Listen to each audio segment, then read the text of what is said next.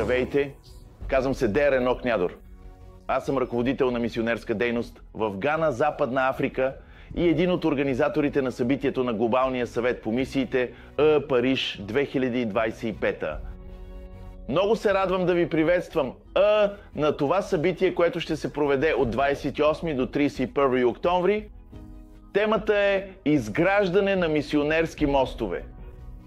Мисиите някога бяха еднопосочно шосе от северното полукълбо към юга и към останалата част на света. Но слава на Бога, мисионерските полета се превърнаха в мисионерски сили.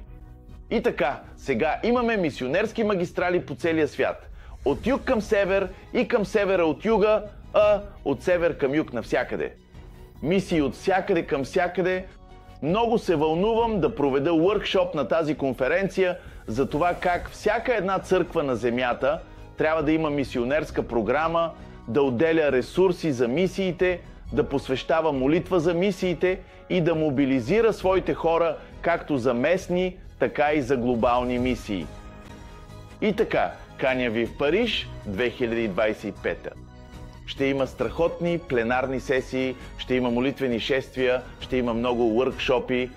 Това е събитие, което ще промени облика на мисиите в Европа и заедно можем да занесем Евангелието до всички останали недостигнати народи по света и да направим ученици от всички народи. Благодаря ви, че гледахте и ще се видим в Париж през октомври. Бог да ви благослови!